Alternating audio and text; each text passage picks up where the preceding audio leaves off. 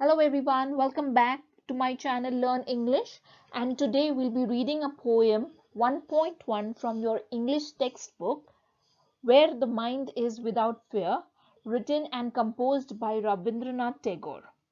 The poem Where the Mind is Without Fear is a poem in the form of a prayer which was written during the pre-independence time. The poem establishes a link between then existing India and the poet's perception of India. In the poem, the poet Rabindranath Tagore indirectly hints at the challenges faced by India under the British rule. He wants his motherland to be heaven of freedom. Therefore, he wants the Indians to get up from the slumber of sleep. He wants Indians to enjoy the freedom not only from the shackles of the foreign rule, but also from the religious, moral, social, and intellectual accord. In the poem, he intercedes to God to guide his country so that each and every Indian awakes from their deep slumber of all that hampers its progress and retards its development. Let's do some warming up. Pair up with your partners and match the terms with their given meanings. Column A with column B. The first one, humanism, is a rationalist outlook towards humans rather than a divine or supernatural one. Second, patriotism is a quality of being patriotic, vigorous support for one's country. Third, internationalism. Internationalism is the state or a process of being international. Fourth, liberalism means holding liberal views. Environmentalism means concern about an action aimed at protecting the environment. In English, there are different kinds of poem, and the names of different kinds of poem are sonnet, limerick, ballad, elegy, free verse, epic, lyric, humorous, and idyll. With the help of a dictionary and internet, guess and write the type of poem against its description. The first one, a long story poem, often mythical, is called as an epic. A short story poem with a message is a ballad. A poem of 14 lines, sonnet. A poem which is like a song is lyric. A poem with no uniformity of rhyme or rhythm is a free verse. A poem set in picturesque rustic background is called an idyll. A poem which is sad and which laments the death of a loved one is called an elegy. A 5-line short funny poem with rhyme scheme AABBA is called a limerick. A poem written just to create humor is humorous. About the poet Rabindranath Tagore, who lived from 1861 until 1941, is the author of the book Gitanjali, which is profoundly sensitive, fresh, and beautiful. He was the first one to win a Nobel Prize in Literature in 1913, and he was the first non-European to win this. This poem is one of his vastly read and discussed poems, which was originally written in Bengali, and later he himself translated this poem into English. This poem is an adaptation from his book Gitanjali, which is a Nobel Prize winning book. Tagore lived during the time when India was ruled by the British. In this poem, besides political freedom from British, Tagore also appeals to God for social, educational, and economic freedom for all the people of India. Where the Mind is Without Fear by Rabindranath Tagore. Where the mind is without fear and the head is held high, where knowledge is free, where the world has not been broken up into fragments by narrow domestic walls. So here in the poem, Rabindranath Tagore wishes his country to get true freedom, and he describes what this heaven of freedom is. In the first few lines, he says that the minds of his countrymen should be free from any fear and their heads should be held high in dignity. Knowledge should be free and everyone should be allowed to acquire knowledge. People should be united and the world should not be broken up into small and different parts. There should be no division among people based on religion, caste, creed, color, race, or any such discrimination, not only in societies but between countries of the world as well. The meaning of the sentence or the phrase narrow domestic walls means division on the basis of religion, caste, class, and color in societies and between countries of the world. Where words come out from the depth of truth, where tireless striving stretches its arms towards perfection, where the clear stream of reason has not lost its way into the dreary desert sand of dead habit, where the mind is led forward by thee into ever widening thought and action, into that heaven of freedom, my Father, let my country awake. So, here in the next following lines, the poet wants his countrymen and his country people to speak the truth with sincerity, with the words coming from the depth of their hearts. Everyone should work hard to reach their goal and they should continuously strive towards perfection. He then compares logical thinking or reason to a clear stream and warns us to stop it from straying into dull desert sand of harmful rituals and customs of the past.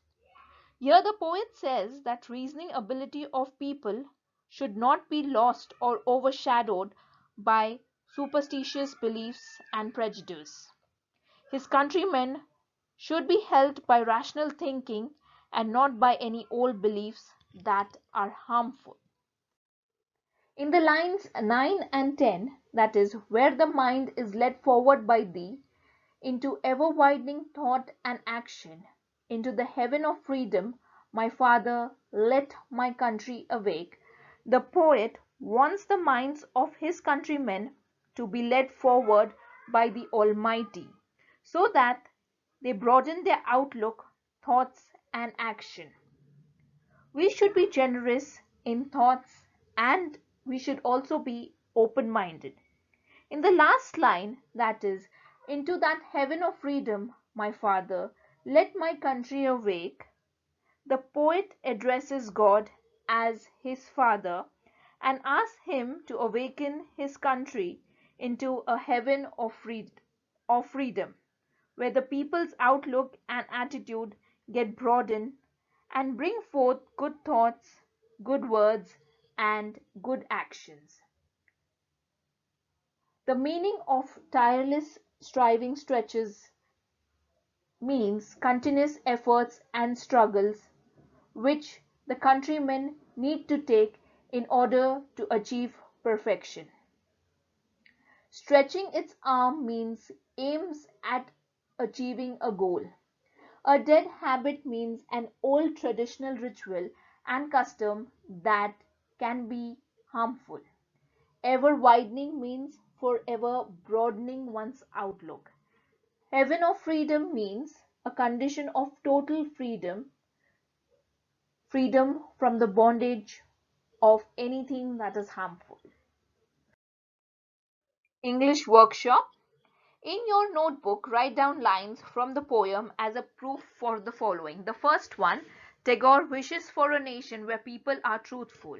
The line that proves this following statement is, where words come out from the depth of truth. Second one, the poet would like everyone to work hard to reach their goal and in the long run to reach perfection. The line that proves it is, where tireless striving stretches its arms towards perfection. The poet wishes that everyone in his country holds his head high in dignity. The line that proves it is where the mind is without fear and the head is held high. Next, the poet dreams of a nation where knowledge should be free to all. Line that proves it is where knowledge is free. The poem is a prayer. The line that proves that the poem is a prayer is, into that heaven of freedom, my father, let my country awake. Question number 2. Read the columns carefully and match the expressions with their meanings. The first one, the head held high, is a person with self-respect and proud of possessing it. Next, narrow domestic walls is narrow-mindedness. Knowledge is free, is education is given to all. Depth of truth is sincerity of heart. Mind is without fear is a fearless person. Stretches its arms is aim at perfection. Clear stream of reason is aim at perfection. Clear stream of reason is clear thinking. Dead habits is dried infertile land of sand. Ever widening thought and action is broadening the outlook and attitude. Answer the following questions into your own words. How is the world broken into fragments? The world is broken into fragments by narrow domestic walls such as discrimination on the basis of caste, creed, gender, color, religion, and language. Question number 2 or B. Explain what the tireless striving should be for. According to the poet, tireless striving should be for the relentless and tireless hard work that the poet expects his countrymen to put in order to achieve perfection. Where words come out of depth of truth, explain in your own words. Words that come out from the depth of truth means the words that are sincere and true. People should be thankful and forthright. Truthfulness should be dominant quality of people so that they speak such words that come right from their heart. Next one, who is thee in the poem? What does the poet appeal to thee to do? God is referred to thee in the poem. The poet wants God to lead his country to a place where religious, social, political, and intellectual freedom is experienced in the truest sense, so that people can get back their lost dignity and help the country to progress. What qualities does the poet wish to inculcate in his countrymen? The poet wishes to inculcate truthfulness, fearlessness, confidence, rationality, logical thinking in his countrymen. Question B. Write in your notebook your response and justify where needed. Is the poem a prayer for India? The poem is not a prayer for India alone, but it is a universal plea that holds good at all times and for all nations throughout the world. What should the words we speak reflect?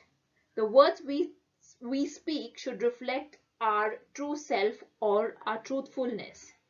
What should people keep on widening? How can it be done? People should keep on widening their thoughts by abandoning all forms of superstitious beliefs and orthodox patterns that come in the way of logical thinking. From what darkness of night should our nation awake? Our nation should awake from the darkness of captivity and slavery of a foreign rule, of superstitious beliefs and discrimination of caste, creed, and religion, into a heaven of freedom where everyone enjoys social, physical, mental, and intellectual freedom. What attributes of Rabindranath Tagore does the poem or the prayer reflect? The poem reflects the patriotic virtue of the poet Rabindranath Tagore. He comes across as a supporter of human rights and a staunch advocate of liberty in all forms, be it political, social, mental, and intellectual. What effect does the repetition of the word where at the beginning of each line have?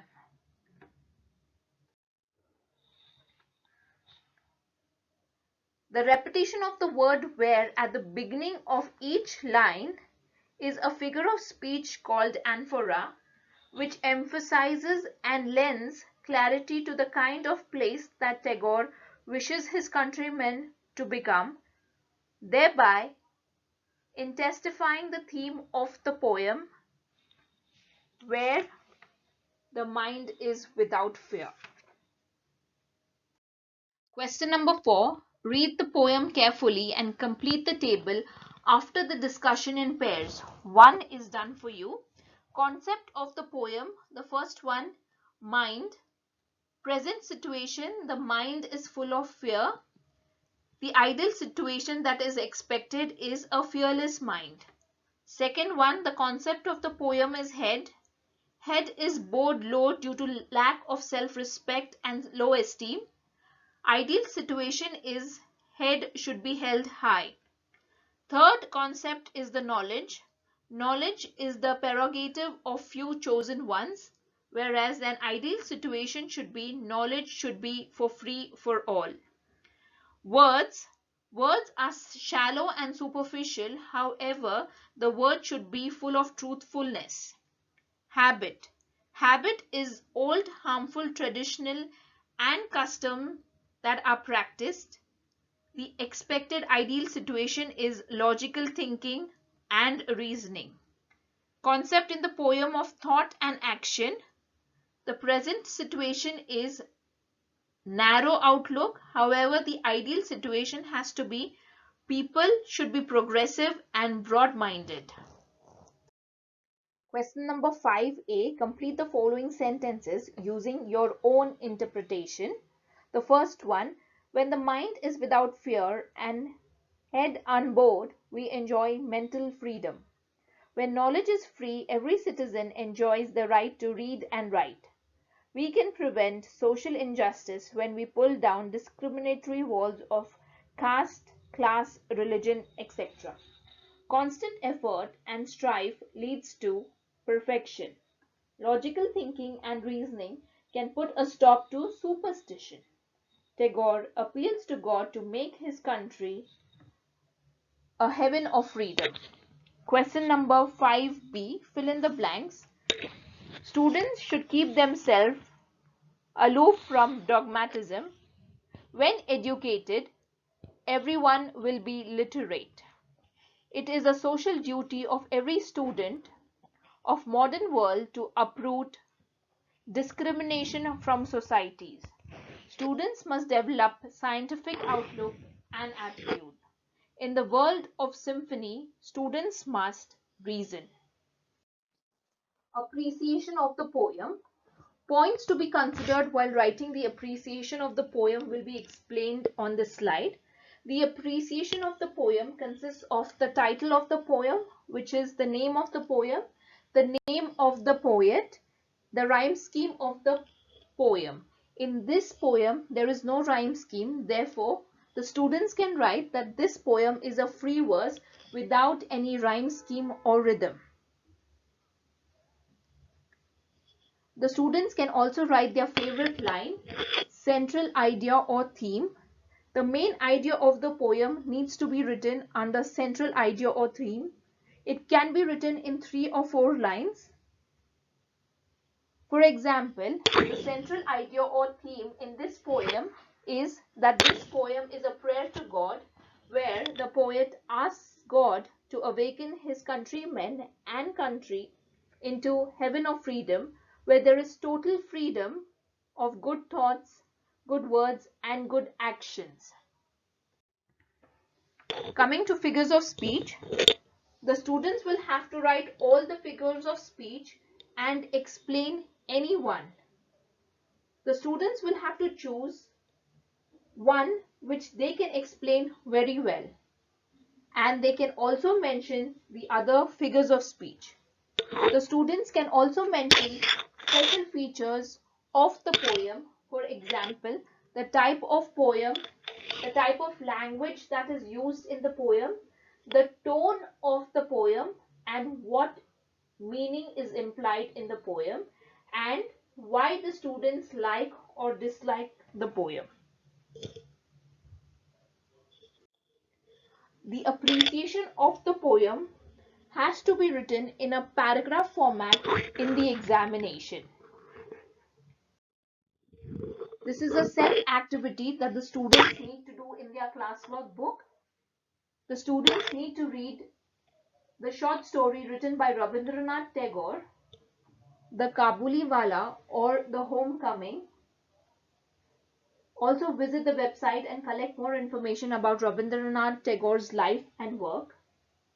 The second assignment is almost every line of the poem begins with the word where, and it expects an idealistic country and countrymen.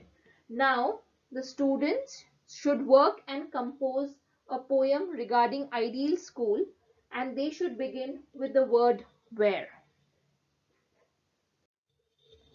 That's all for now, students. Thank you for subscribing to my channel. Please click the bell icon to stay updated. Thank you everyone. Bye-bye.